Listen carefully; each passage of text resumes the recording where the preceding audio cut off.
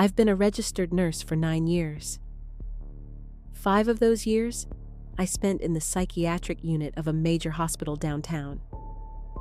It wasn't supposed to be permanent. I'd transferred there after burning out in the ER, thinking the slower pace and smaller patient load would be a relief. It wasn't. Psych isn't loud like the ER. It's quiet, too quiet. There's a constant hum of fluorescent lights, the distant click of doors locking, and a kind of watchful stillness that never leaves you. It gets under your skin. A few months after I joined, our ward was temporarily relocated to a recently renovated wing, a section that had been closed off for years due to infrastructure issues. That's how the administration phrased it, but the older staff whispered that something had happened there, something about a suicide, maybe 2. No one gave details. When I first walked into the new unit, it looked freshly painted and sterile.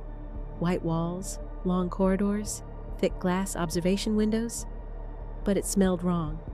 Not bad, just old, like damp paper and disinfectant that never quite dried. Every night, I worked the same shift, 7 p.m. to 7 a.m.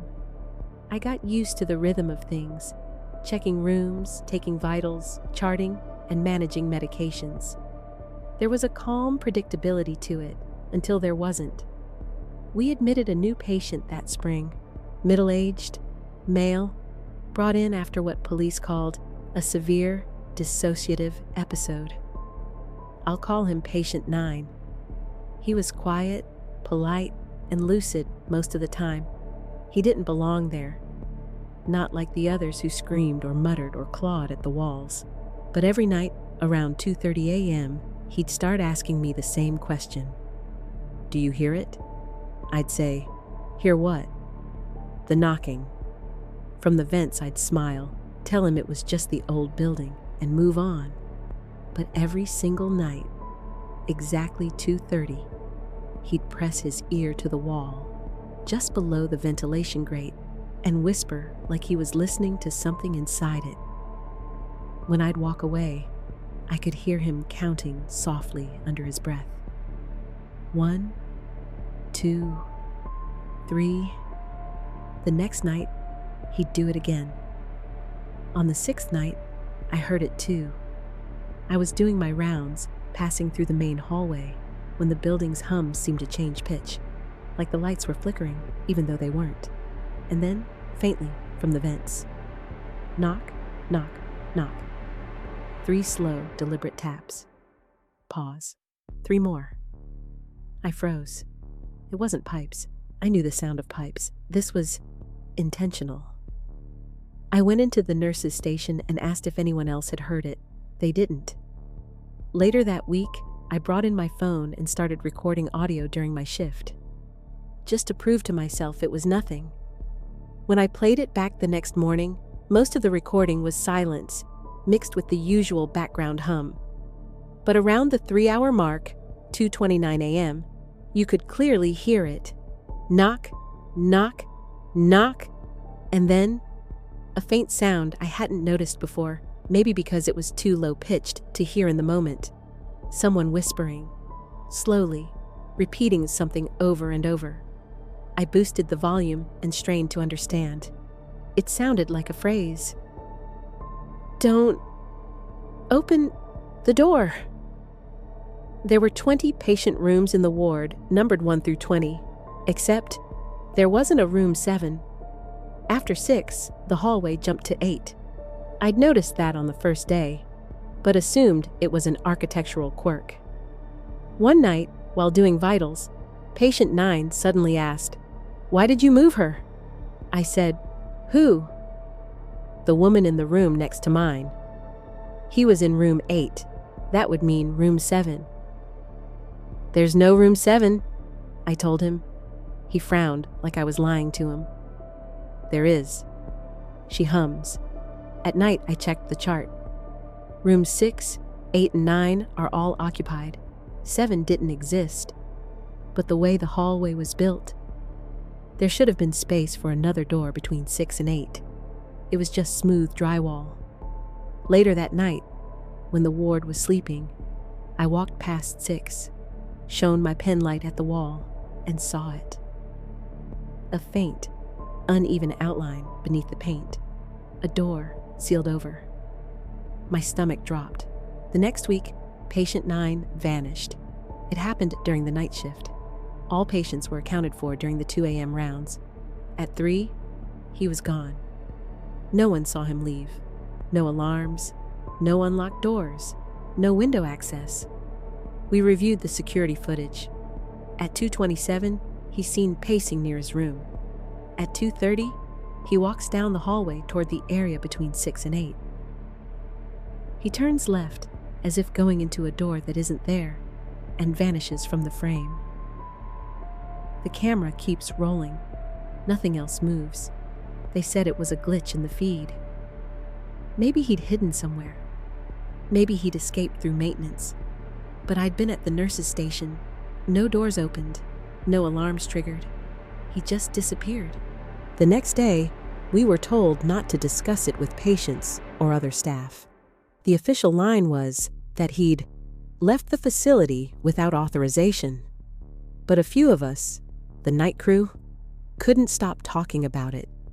The tech who monitored cameras told me off record that the footage from 2:30 to 2:40 had been lost due to data corruption.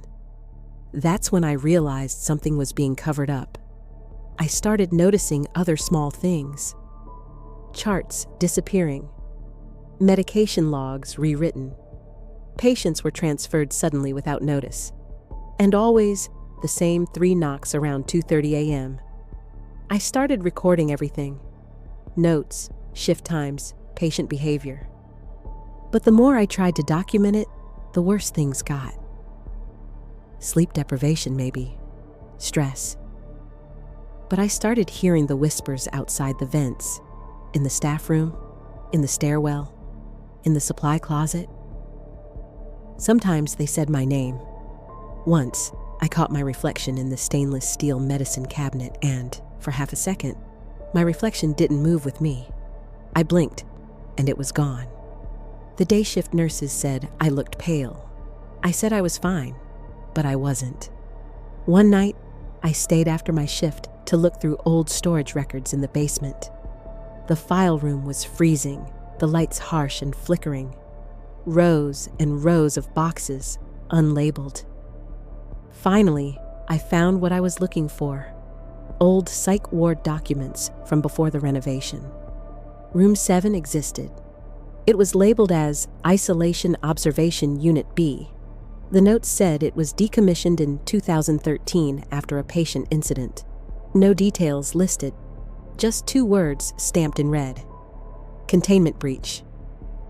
I took the file upstairs. The hallway between 6 and 8 was dim, the night shift lights low. It was 2:29 a.m. The vents were silent. The air was thick. And then, the knocks. Knock, knock, knock. I dropped the file. Papers were scattered across the linoleum floor. One photo slid to my foot. A black and white image of a door. Room 7. The door in the photo had long scratch marks down the center, like something had clawed from the inside trying to get out. I don't remember deciding to do it, but I did. I went to the wall between 6 and 8 with a small maintenance crowbar I'd borrowed from the supply.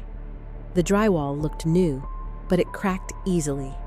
Beneath the surface was an older, rotting door, paint peeling, handle rusted. It was cold to the touch. From inside, faintly, I swear I heard breathing, not fast or panicked. Just slow, steady, aware. I started backing away, and then, from somewhere deep behind the door, knock, knock, knock. My flashlight flickered out. Someone down the hall yelled my name.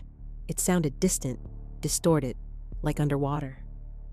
I remember turning and seeing movement in the reflection of the observation window. Someone was standing just behind me, though I was alone. Then nothing. They say I was found in the hallway at 3:10 a.m., unconscious. They said I'd experienced an acute stress reaction and was put on leave. The footage from that night, gone. The logs I'd written, deleted. The audio recordings from my phone, corrupted beyond recovery. When I asked about patient 9, they said there was no record of him. No admission paperwork, no insurance code, nothing. Like he never existed. I moved out of the city 6 months ago, took a day job at a small clinic. I'm better now, mostly. But 2 nights ago, I got a message from an unknown number. No text, just an audio clip, 3 knocks, and a whisper. "Don't open the door.